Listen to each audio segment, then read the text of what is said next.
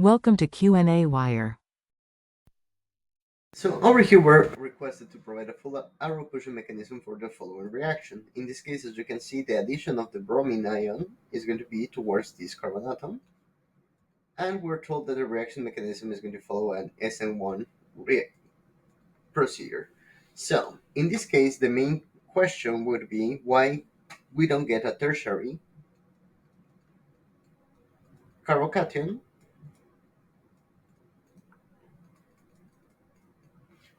compared to this apparently secondary carbocation. And the reason behind this is that this is an allylic carbocation.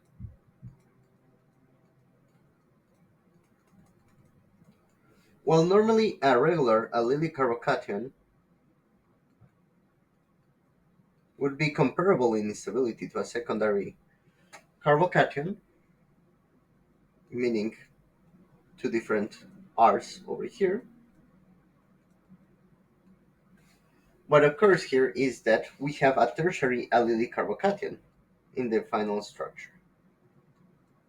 So this guy can actually compete a little bit with tertiary carbocations due to the stability provided by this extra substituent on the allylic carbon, and also because of the resonance structure that would be generated through this.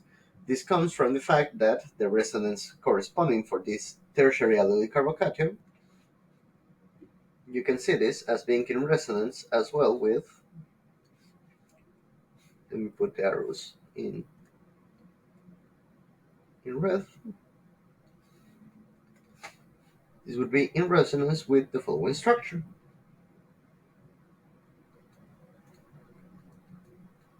which contains also a tertiary carbocation.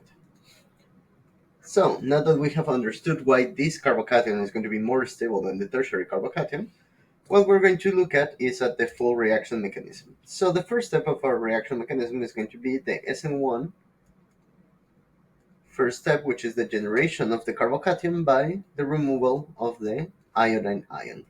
After this step occurs, the resulting compound is going to be the following.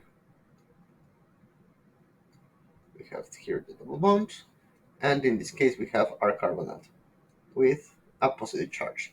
At the same time here I'm going to write down the hydrogen atoms corresponding to this carbon atom, because what is going to occur now is going to be an hydride shift. When we look at an hydride shift, the arrow goes from the bond in between the hydrogen and the carbon atom towards the carbocation. So the resulting species would be, after this, well, of course, here plus the iodine minus, just to be extra careful. Now, after this has occurred, our new structure is going to be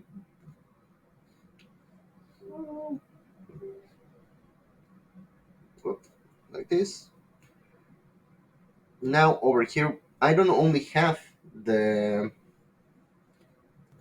CH3 group, but I'm going to have an extra hydrogen.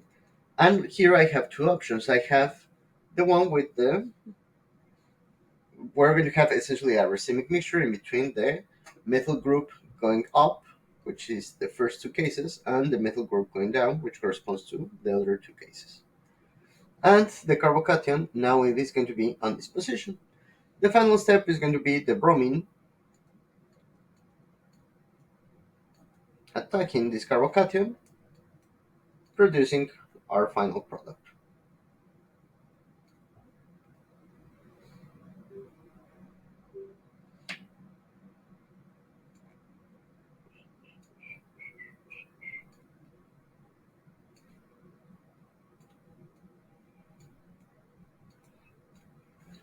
Since this reaction is not going to be very specific, what we're going to get is then all of the combinations of R and S of the carbon atoms, as shown over here. And with that, it would be all. Thank you very much and have a good one.